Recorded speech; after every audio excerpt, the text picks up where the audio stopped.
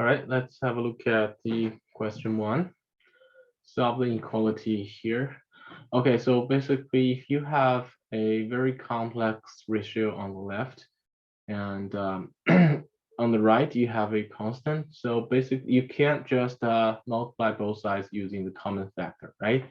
Remember, we don't know the sign of the common factor here. Therefore, we don't know if we need to change the direction of the inequality symbol here. And instead, we should move everything to one side. For example, we can move everything to the left. So the original inequality is equivalent to this one.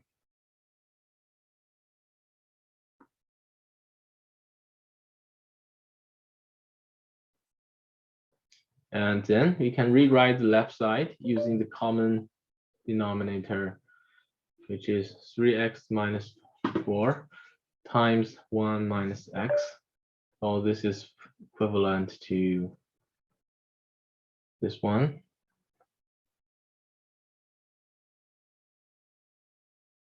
Then minus 2x times 3x minus 4, right? Then minus 2 times the common denominator.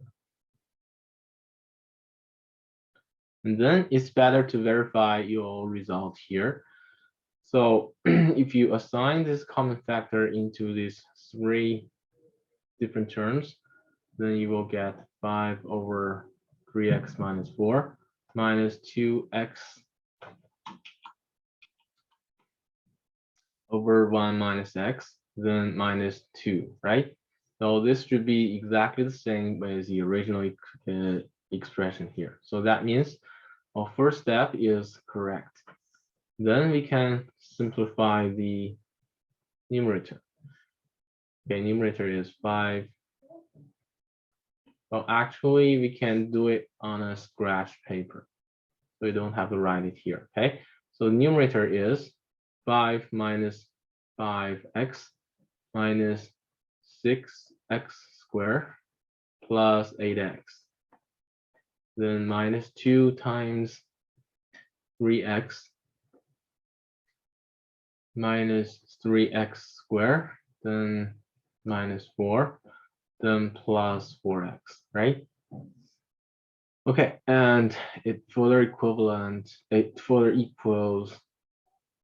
okay, 5, then plus 3x minus 6x squared.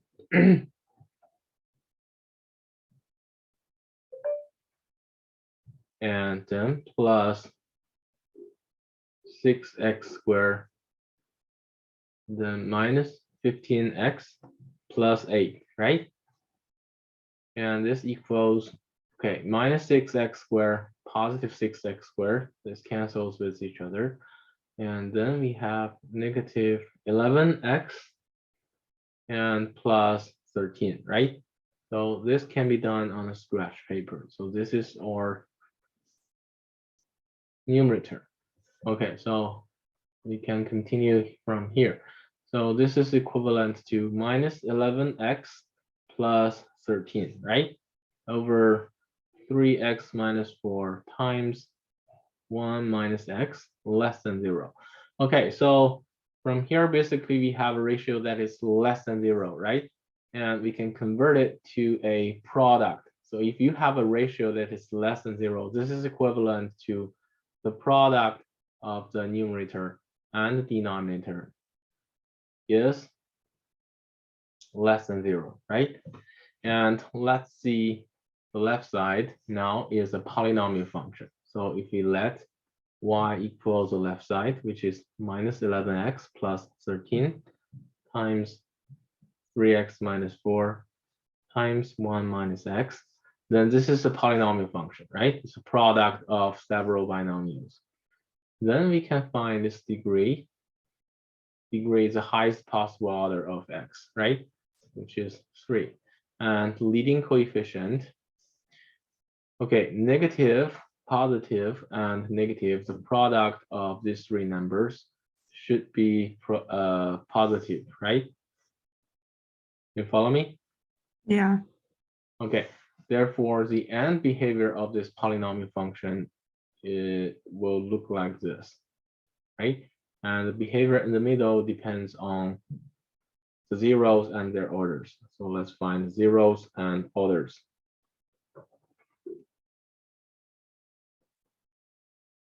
Okay, first, x can be 13 over 11 with degree with order 1, and x can also be 4 over 3 with order 1 as well, and x can also be 1 with order 1.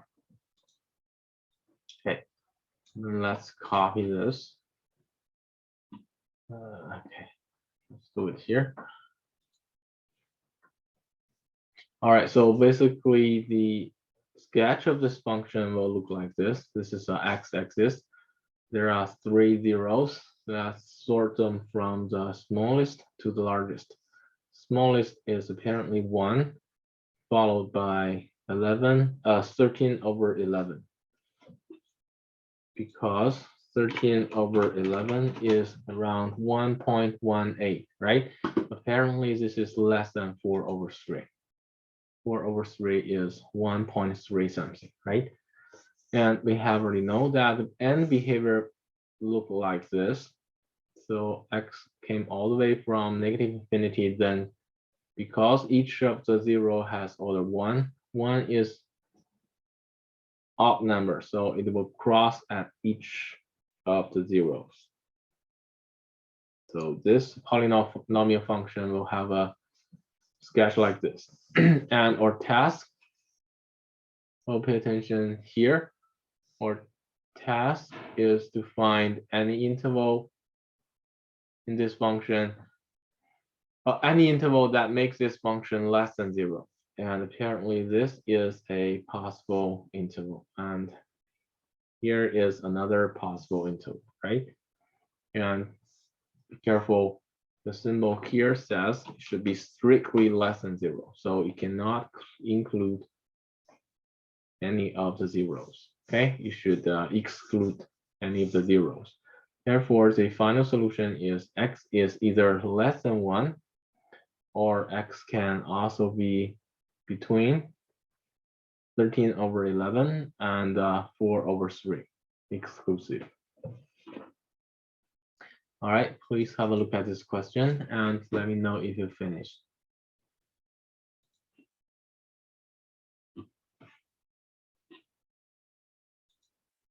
Okay.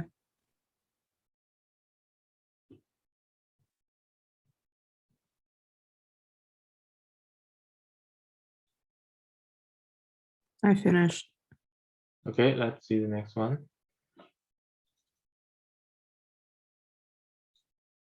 All right, question 2. Find the smallest value of 3x squared plus 9x minus 7. Okay, so this is a polynomial expression, right? If you let y equals 3x squared plus 9x minus 7, this is a polynomial function, right? As x be different values, y can also be different values. And this function is a polynomial function, is a quadratic function, right? And our task is to find the smallest possible value of y, right? So we can use the sketch of this function to find its smallest value. So the leading coefficient here is a positive number. So that means this function is opening up, right? And the smallest possible value can be achieved at the vertex of this quadratic function, right?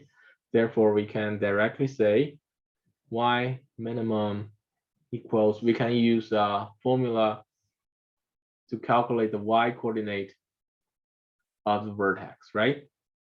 Okay, so let's say the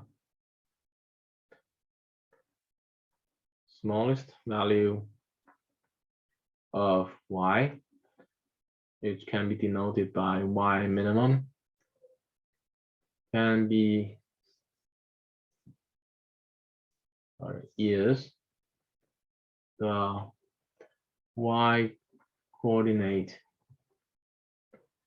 of the vertex. Therefore, y minimum equals, still remember the formula to calculate the y coordinate of the vertex. It's 4ac minus b squared over 4a, right? So let's say what are the ABCs here? So 4ac is 4 by 3 by -7, right? Minus b squared, which is 9 squared, over 4a, which is 4 by 3. And this is negative 84 minus 81 over 12 equals negative 165 over 12, which can be simplified to negative 55 over 4. Therefore, the smallest possible value of y, or smallest possible value of this expression, equals negative 55 over 4. Okay, have a look at this question and let me know if you finish.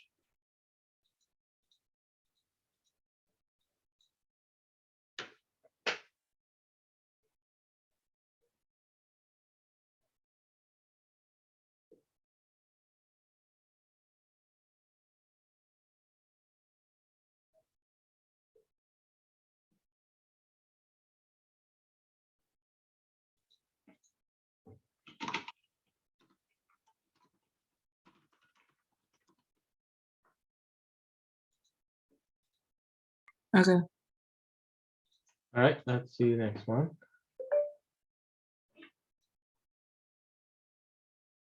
Question 3. Find the largest value of this expression if a is a real number. Again, this is similar to question 2. This is a quadratic optimization problem. Okay, this expression is a quadratic expression, right? Because it has a form like ax squared plus bx plus c. This is a general form of a quadratic expression, right? So we can treat it as a quadratic equation, a quadratic function. So we can let y equals minus 4a squared plus 20a plus 6. And as you can see here, y is a quadratic function, right? And leading coefficient is negative, so that means it opens down. So the largest possible value can be achieved at here, the vertex, right? The largest value of this function is the y coordinate of this vertex. Therefore, we say the largest value of y, which can be labeled as y max, is the, note, it should be the y coordinate, right? Y coordinate of the vertex. Therefore, y max is given by the formula to calculate the y coordinate of the vertex, right? Again, it's 4 by a by c, which is by negative 4 by 6, minus b squared, which is 20 squared, over 4a, which is 4 by 4, right? And this is negative 96 minus 400 over negative 16, which is negative 496 over negative 16, which equals 31. Therefore, the largest value of this expression is 31. Okay. Any questions? No. Okay, let me know if you finish. Okay.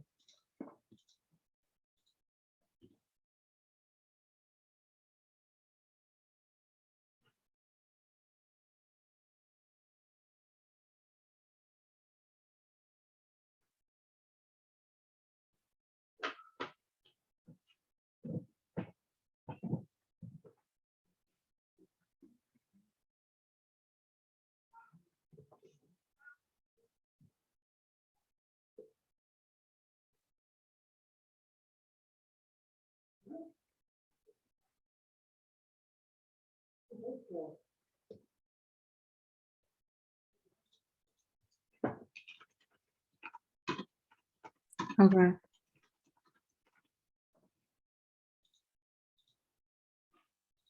All right, let's see the next one.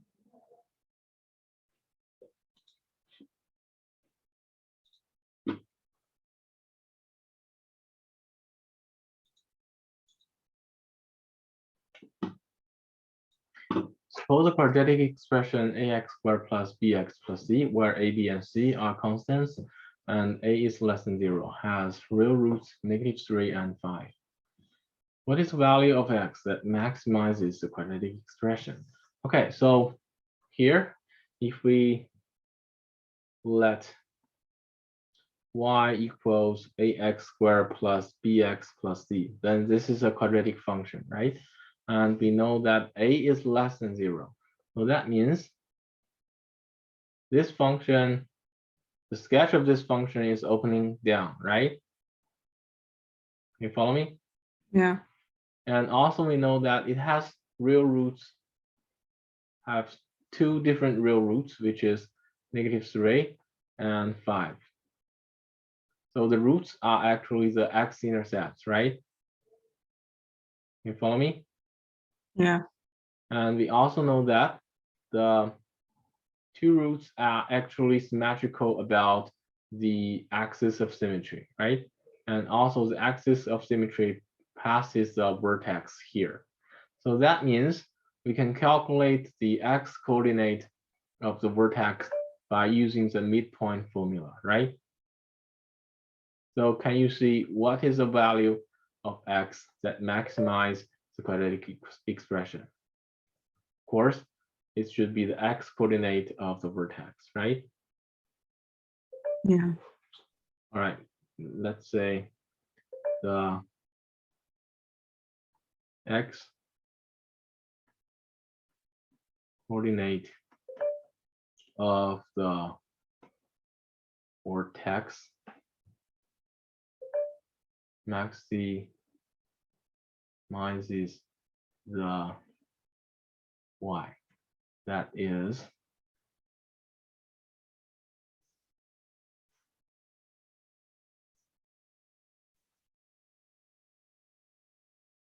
which is x equals half of -3 plus 5, right? Because this point is midpoint of the two roots, which is 1. Therefore,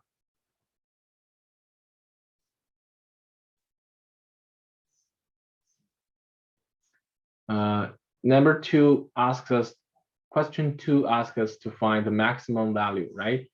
And when x equals 1, when x equals 1, the function reaches this maximum point, right?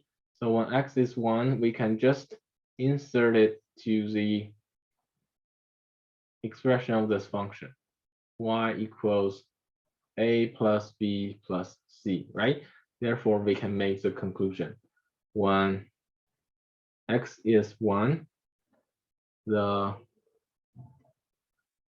quadratic expression reaches its maximum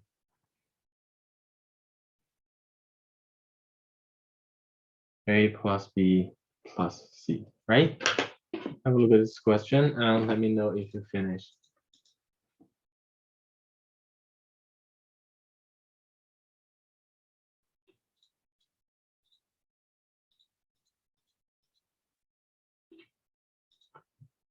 Okay.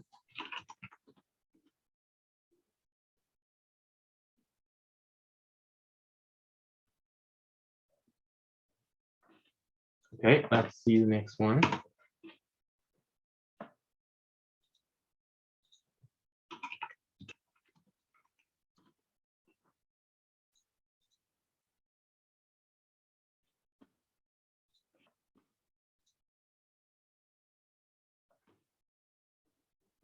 All right, find the smallest value, the expression 4x squared minus 12x plus y squared plus 10y plus 40 can be for real values of x and y. And the corresponding x and y once this expression achieves its smallest value. Okay, so for a expression like that, a intuitive way to find its optimum value is to try to convert it to some squared binomial, right? So let's see if we can do this. So first of all, we can consider the first two parts. So 4x squared minus 12x, we can convert it to 2x minus 3 squared, right? And if you expand it, you will get 4x squared minus 12x plus 9. Because there is no plus 9 on the left side, so we need to subtract it. Therefore, the left side equals the right side. Can you follow me? Yeah. Okay, then we can consider the second part. You have y squared and something y, right? And this should be possible to be converted to a squared binomial plus a constant. Therefore, let's say y squared plus 10y, we can try using y plus 5 squared, right? And if you expand it, you will get y squared plus 2ab, which is 10y, then plus b squared, which is 25. Then as you can see, the left side doesn't have 25, so we need to subtract it, right? Therefore, the left side here equals the right side here. You see that? Yeah. All right, then we can say because 4x squared minus 12x equals 2x minus 3 squared minus 9, and y squared plus 10y equals y plus 5 squared minus 25. Therefore, 4x squared minus 12x plus y squared plus 10y plus 40. Or sometimes, if you don't want to write such a long expression, you can just mark it as asterisk, right? You can say asterisk equals 2x minus 3 squared minus 9, right? And followed by y plus 5 squared minus 25, right? We haven't changed anything to plus 40, so just copy plus 40 here. You follow me?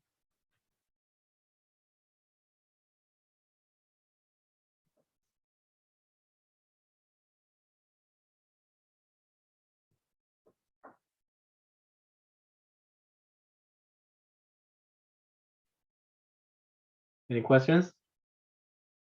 No. No?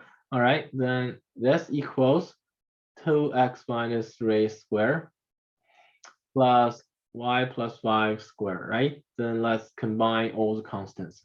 So plus 40 minus 34. This is plus 6, right? So now can you tell me what is the smallest possible value of this expression?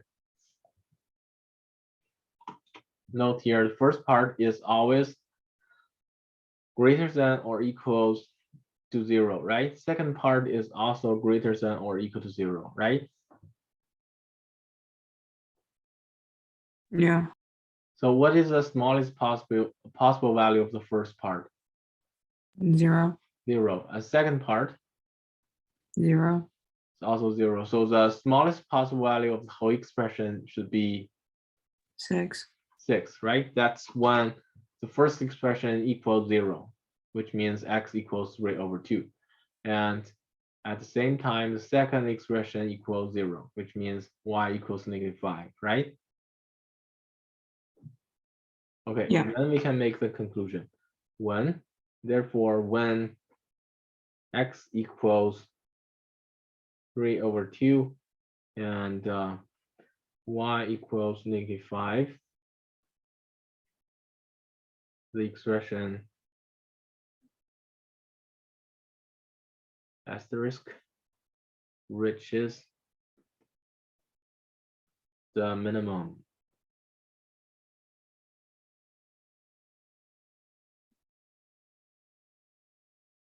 Six.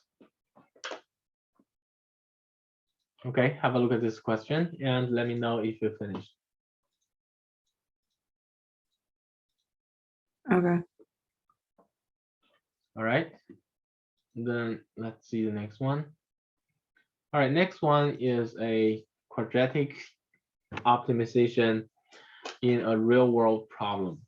So the problem states that if our company sells a video game for $70, we will sell 5 5,000 copy of it.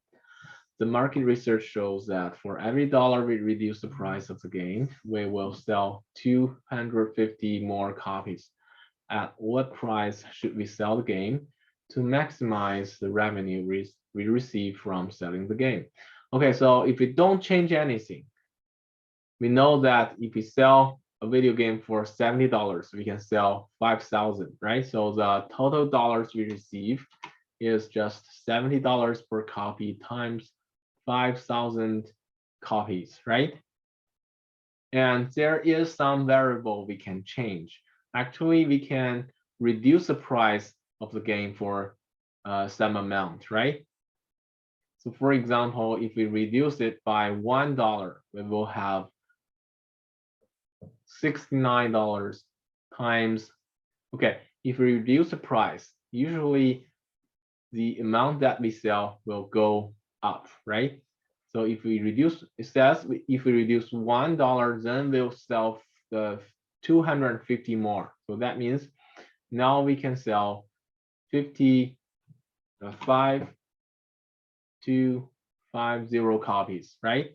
So that means if you reduce one copy, let's see what is our total revenue now. So originally, if we don't change anything, we'll receive 35,000, right? And if we reduce $1, we will have 69 times 5,250, which is 362250. And apparently this number is larger than this one, right? And apparently you can also reduce it by $2, in which you can have a total revenue of $68 by 5500, right? And then you can have another total revenue. And you can also do it by $3. Then you will have this many, the total revenue like this, right? So the question is, how many dollars should we reduce the price in order to achieve the maximized revenue? You follow me? Yeah. So the amount that you reduce the selling price is a variable. We can denote it by X, right? So first of all, we should explicitly declare the variable in this question. So let X be, we can say let X be the amount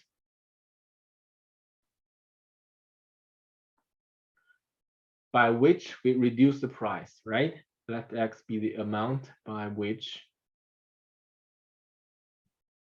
we reduce the price.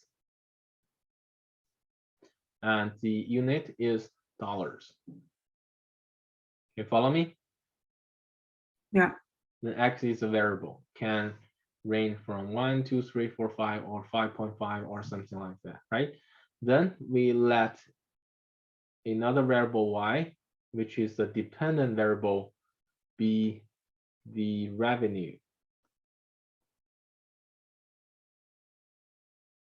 Then we can find a relationship between Y and X, right? Then we know that the total revenue is the product of the price.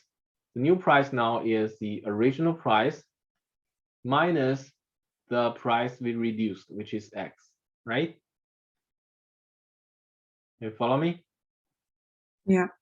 Okay, then can you tell me what is the number of copies we can sell?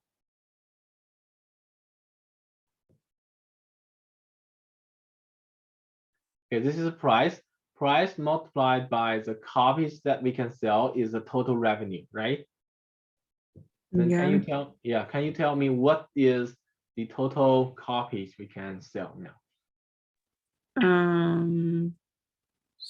70 minus X.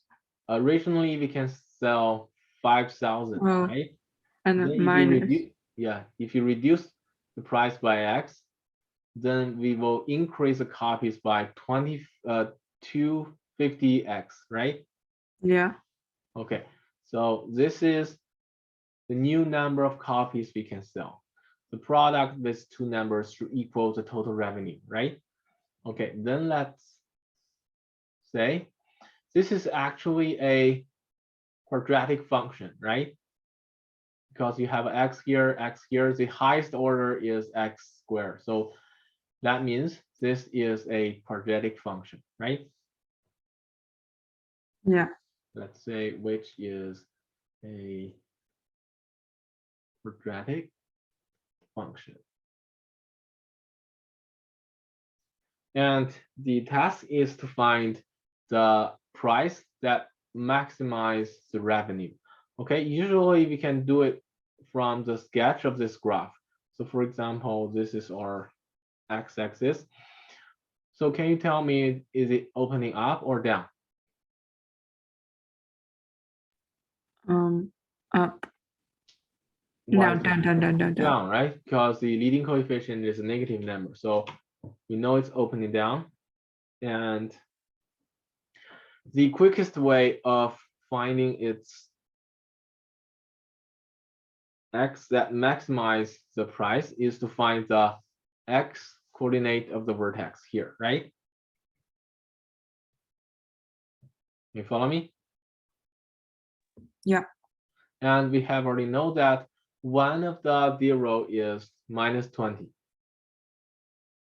Okay, let's say zeros here. Let's mark zero. There are two zeros. One of them is minus 20, right? X equals minus 20, and the other one is x equals 70 here. Okay, so can you tell me what's the x coordinate of the vertex? It's the middle. Okay, so let's say the x coordinate of vertex is midpoint of minus 20 and 7, right? Yeah. Which is 25. Okay, so that means when x is 25, y reaches its maximum value, right? Yeah. Okay, remember y is the total revenue. So what is x here? X is amount by which we reduce the price. So can you tell me what's the selling price?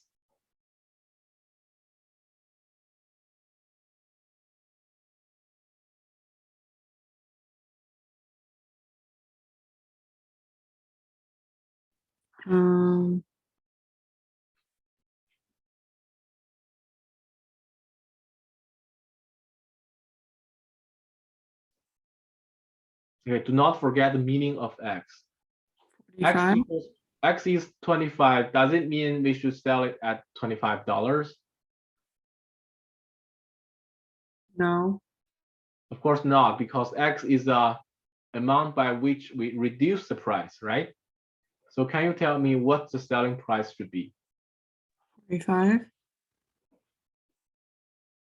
It should be 45, right? Yeah. Because regional price is $70, and we find that when x is 25, y reaches its maximum value. That means we reduce the price by 25, which means new price should be $45. Okay, pay attention here. Always pay attention the variable you are using. Pay attention to the meaning of the variable you're using, okay? That means the selling price should be $45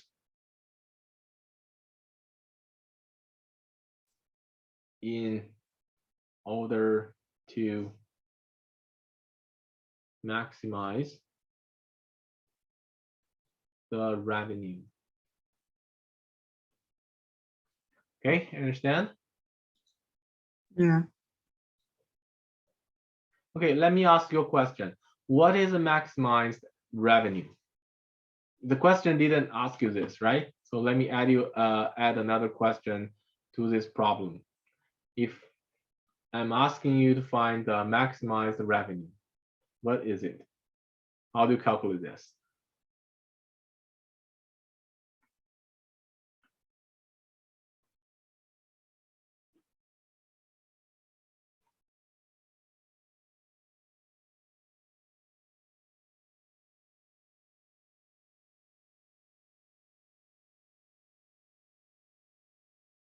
I don't know.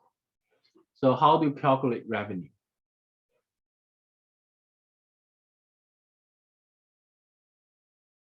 Your total revenue should be unit price multiplied by total number of units you sell, right? Yeah. So one is the revenue maximized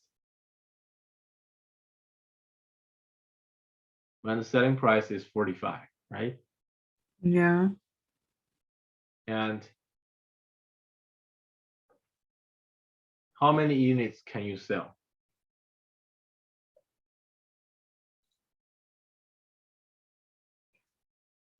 Okay, note here the revenue Y is given by this function, right? Yeah. So from this function, can you calculate the maximized revenue? You plus it. You can just insert the X into that function, right? Yeah. You already know when X is 25, Y reaches this maximum value. So what does this mean? This means when X is 25, Y is the maximum, which means the revenue is maximized, right? So can you find the maximized revenue?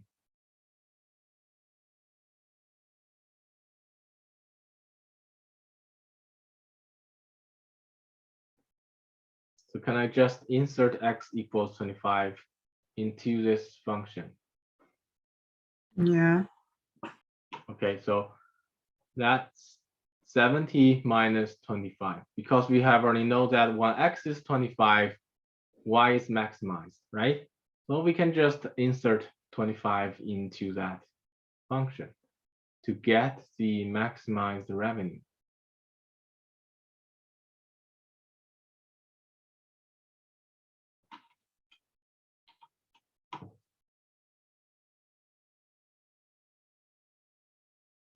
All right, so this is 45 times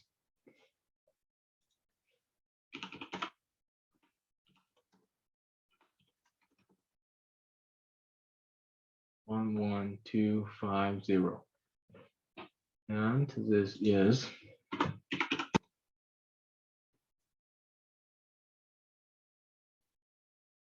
okay, so the maximized revenue is 506,250. You follow me? Yeah. All right, have a look at this question and let me know if you finish, okay? And so the takeaway is you should be able to find the value of X that maximizes the revenue as well as the actual maximized revenue itself, right?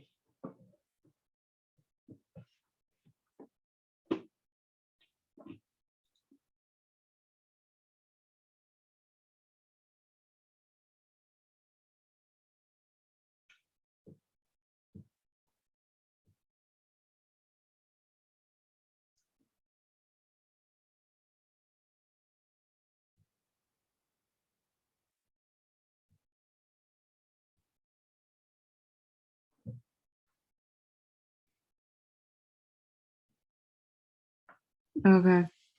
All right, then let's see the next one. Okay, again, this time you're given a quadratic expression, right? First of all, you should be able to analyze this one is actually a quadratic expression.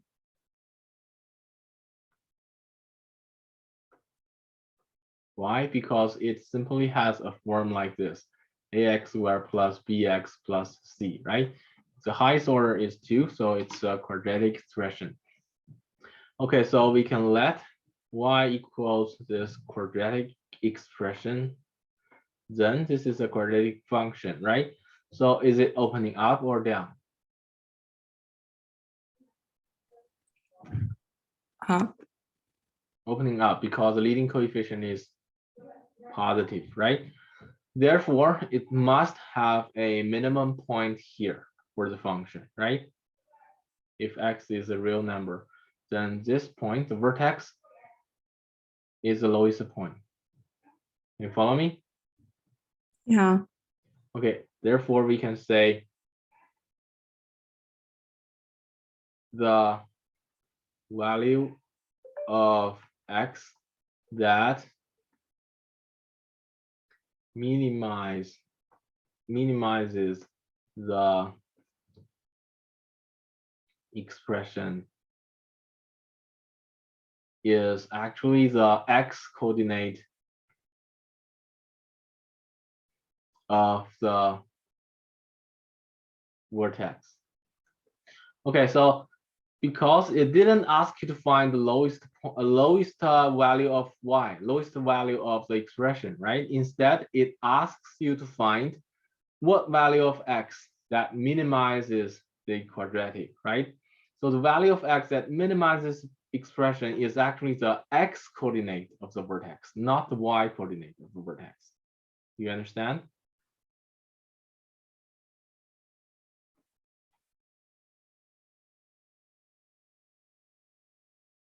Yeah.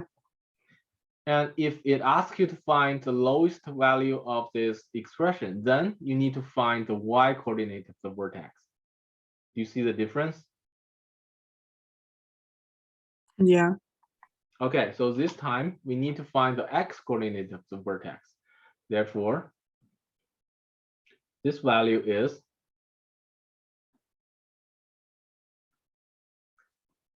given by the formula negative b over 2a, right? Remember that? Yeah. So we can put everything in. Negative b is 2, right? This is our b. Over 2a. So 2a, this is our a. A is 1/3. So this is negative 3, right?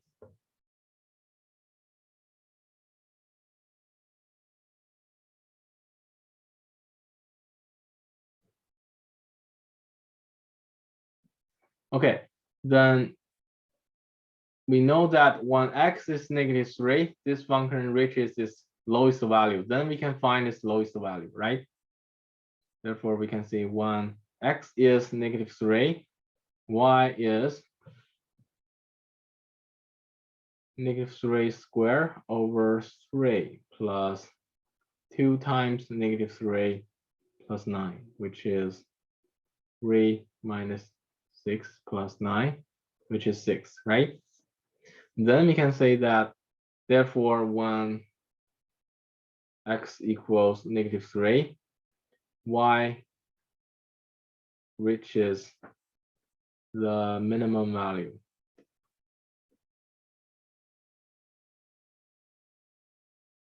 which is 6. Okay. Any questions? No. Okay, have a look at this question and let me know if you finished. Okay.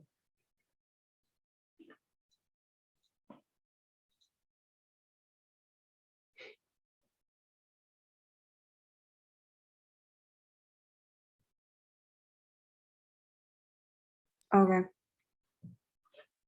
All right, so then let's see the next one. Okay, you're given a information. Y squared minus 5x plus 6 less than 0. And p equals x squared plus 5x plus 6. So the question is, what are the possible values of p? Okay, let's see the expression of p here. P is a quadratic function that is opening up, right? So probably because the leading coefficient is positive, so p is a quadratic function that is opening up. Then if we know the scope of X, probably we can find the scope of P, right? Because P is symmetrical about the axis of symmetry here, right? And to the left of the axis of symmetry, it is monotonically decreasing.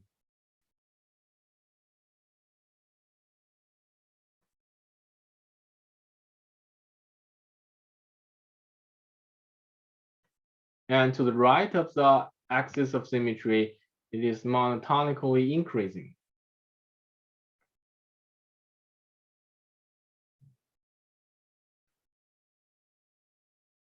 So for example, if we know that the scope of X is just from A to B here, for example, then the scope of P should be PA to PB, right? So therefore, we need to find the scope of X from the first expression. Can you follow me? Yeah. Okay, let me show you how to do this. So from the first expression, we know X actually can be any value that can make the expression greater than or less than 0, right? Okay, so let's mark it with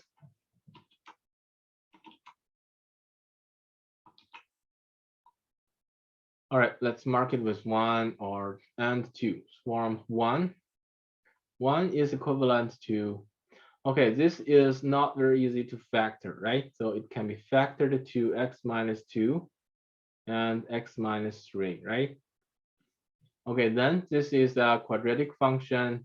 We know it's opening up. There are two roots which are 3 and 2, right?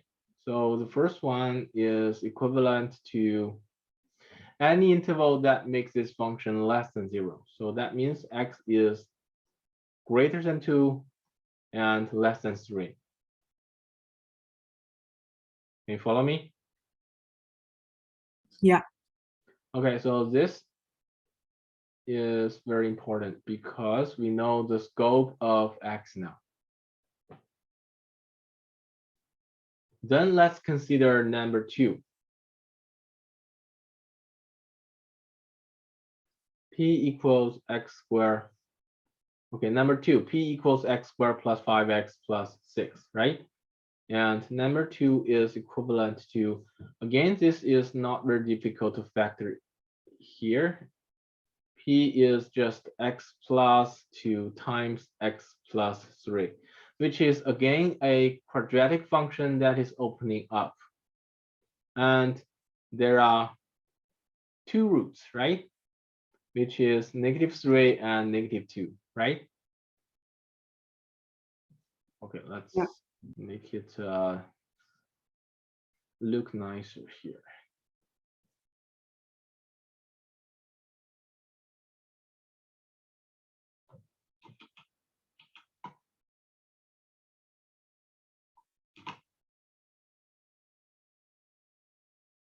Okay, -3, -2. Okay, from the first expression, we know that x is greater than 2 and less than 3. So what are the x here? X should be here. This is 2, and for example, this is 3, right?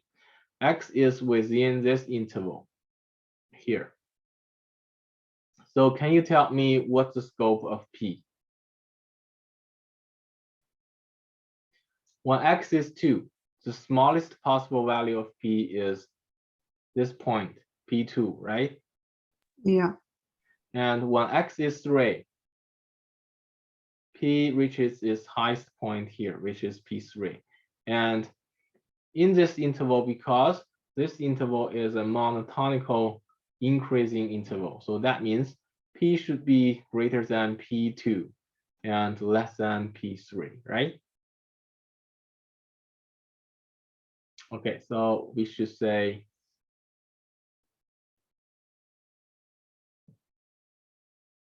let's say when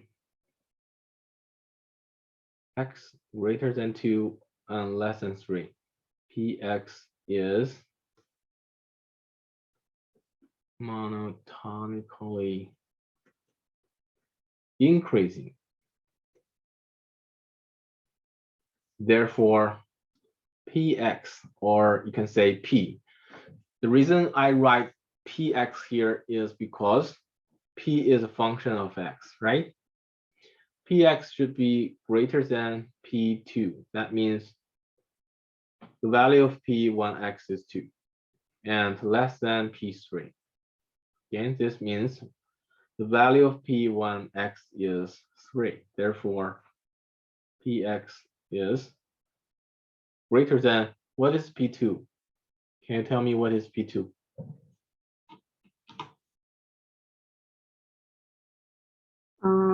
It's bigger than 2 and less. It's than, greater than p2, right? So yeah. can you tell me what is the value of p2?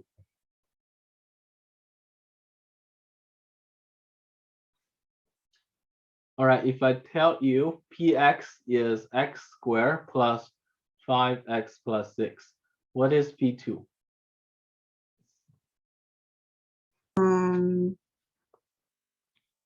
2x squared.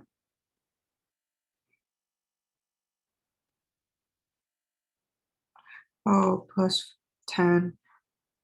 Yeah, plus px is x squared plus 5x plus 6. That means p is a function of x, right?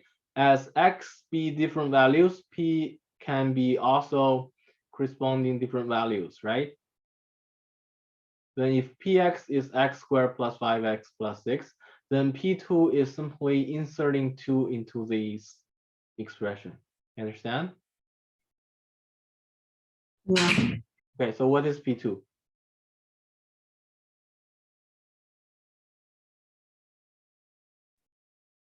20. 20 is correct. And what is p3?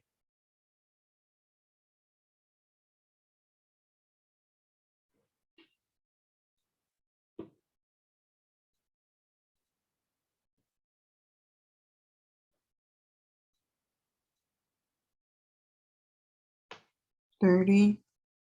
30 is correct. Therefore, when x is from 2 to 3, px is from p2 to p3, which is from 20 to 30. Okay, any questions? No. All right, have a look at this question and let me know if we can proceed.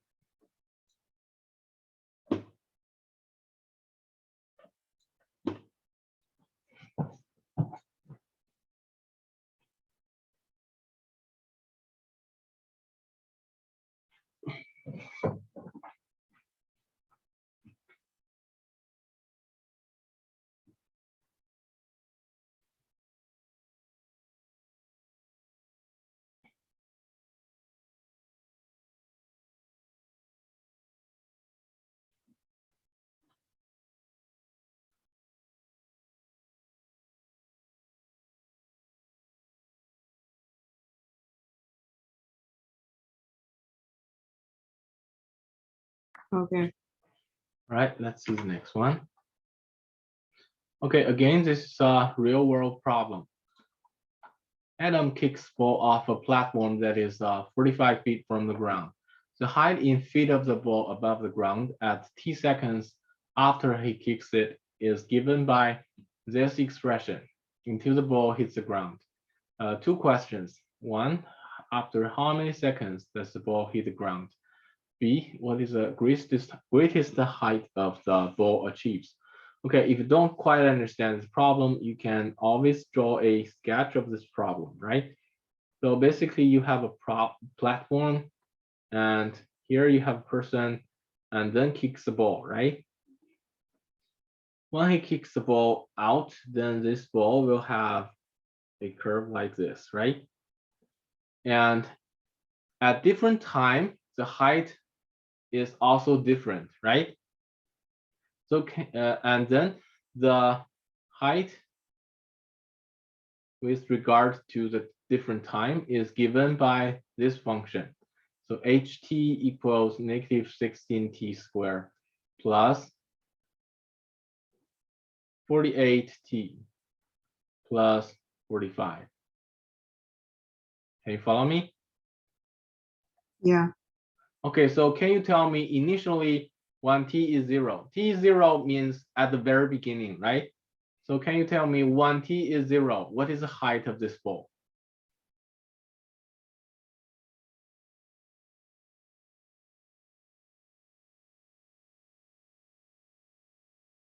45. Of course, it's 45, right?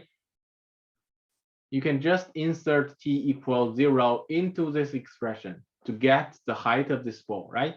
That means the height of this ball is given by the value of time.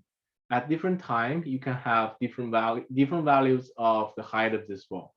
Okay, the first question asks you to find at what time the height of this ball equals 0, right? Hit the ground means height equals 0. So let's say first question, we can let ht equals 0 to find the time, right? Can you follow me? Yeah. Because when the ball landed here, h is 0, right? And we need to find at what value of t h is 0, right? Okay.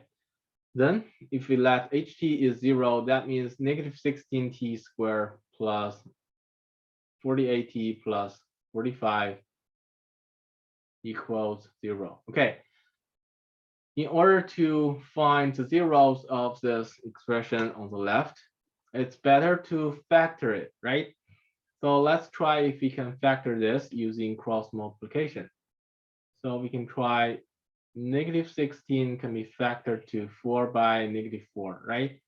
And here we have 45. 45 can be factored to 5 by 9 or 3 by 15. So let's try 3 here, 15 here, then by cross multiplication, we'll get 60 minus 12, which is 48, which is a coefficient in the middle, right?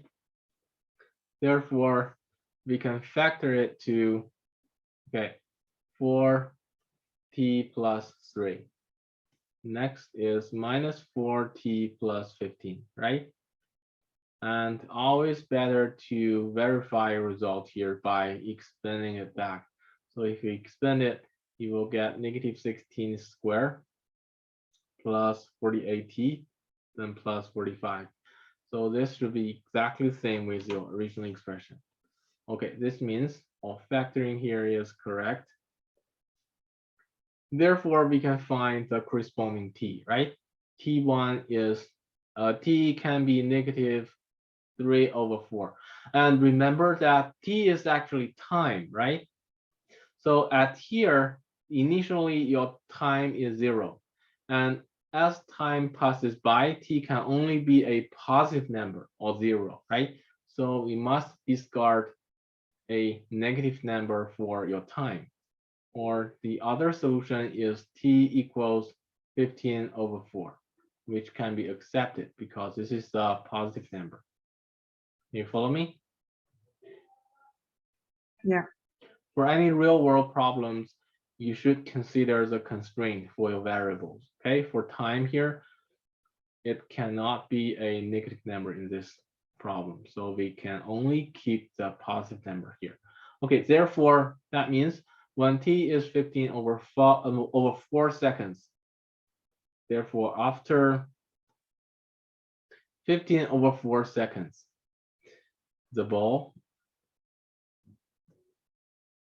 hits the ground. Hits the ground means h equals 0, right? Yeah. All right, then let's consider the question B. Question B is to find the greatest height of the ball. Okay, again, if you want to find the greatest height of the ball, let's consider the height, the function of the height. Function of the height is negative 16 t squared plus 48t plus 45, right? Apparently, this is a quadratic function that is opening down. The highest possible value of h is just the y coordinate of the vertex, right? Therefore, we say the greatest value of h is the y coordinate of the vertex, which can be given by 4ac minus b squared over 4a. Remember the formula to find the y coordinate of the vertex. Of course, don't have to write it here. You can just put everything in that formula. So that's 4ac, 4 by a by c minus 48 squared over 4a, which is negative 2880 minus 2304 over negative 64, which is 81. The unit is meters. Do not forget the unit in the real world problem, okay? And therefore, the conclusion is the highest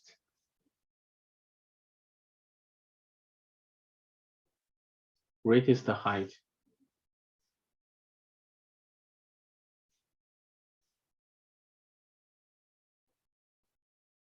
of the ball is 81 meters. All right, have a look at this question and let me know if you finish.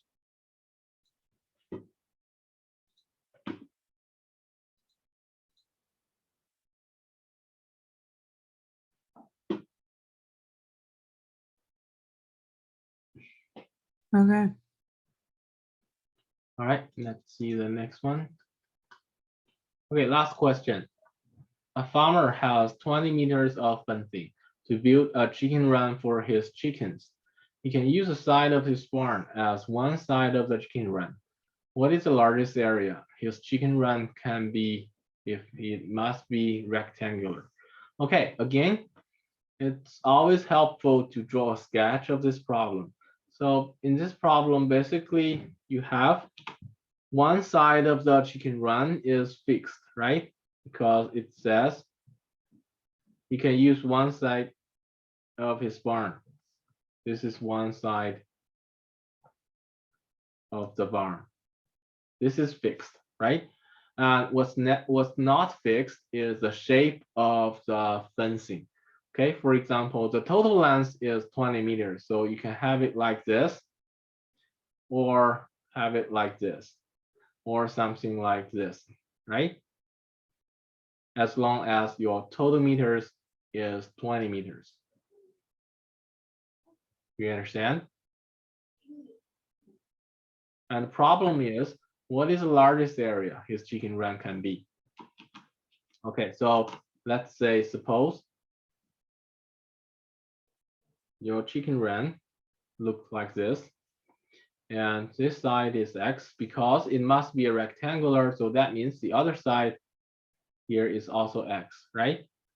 And remember that total length of the fencing is 20 meters. So the length here is 20 meters minus x, then minus another x. You understand? Can you follow me? Yeah. Okay, so the problem is the total area of this fencing is dependent on x, right? So let's say Sx, because s is a function of x, so we can say Sx. Sx equals this side times this side, right? Because it's rectangular. So that means x times 20 minus x is minus 2x, right? Which can be simplified to minus 2x squared plus 20x, right? And as you can see here, Sx is a function, a quadratic function, right?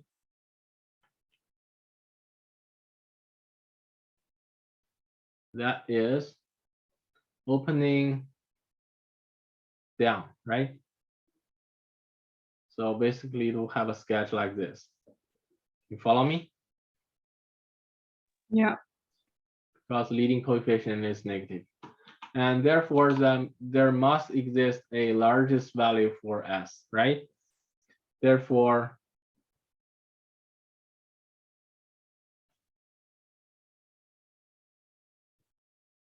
the largest value of S is the y coordinate of the vertex, which is, again, you can use a formula to find the y coordinate of the vertex, which is 4ac minus b squared over 4a, which is minus 400 over minus 8, which is 50. And do not forget unit in the real world problem. Unit is square meters, right? And therefore we can make the conclusion. Therefore, the largest area of the chicken run is 50 meters.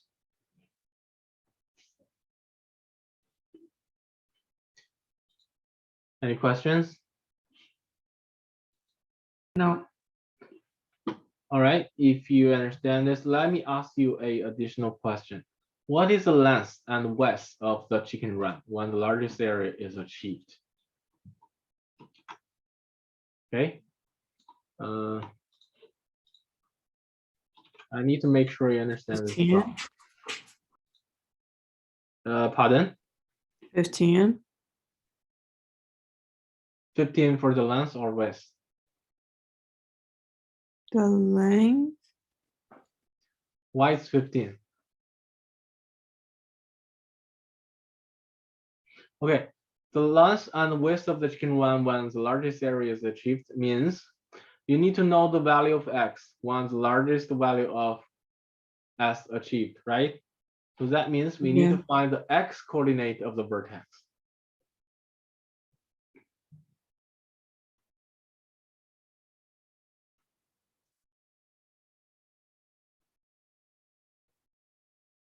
So what is it?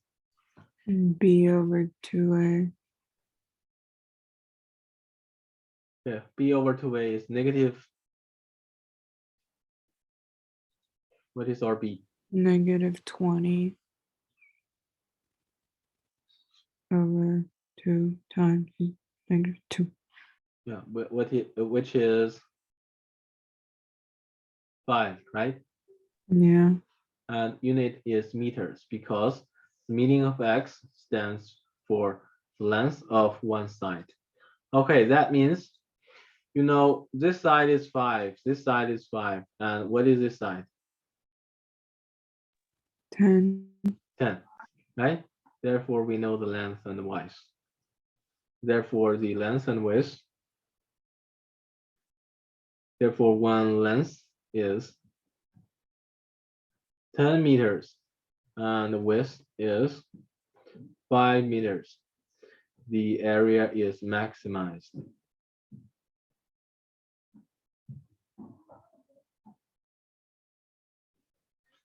Do you understand now? Yeah. All right, for our next assignment, I'll give you some similar problems. So basically, most of them are still quadratic optimization problems, and some of them will be real world problem like this, okay? So this is one of the most important parts in this book. So I hope you can understand these questions, okay? If you don't, You can always refer to my notes. I'll upload it to Google Classroom. Sounds good? All right. All right, and do not forget to complete your geometry assignment. And this Saturday, we'll deal with the geometry problems.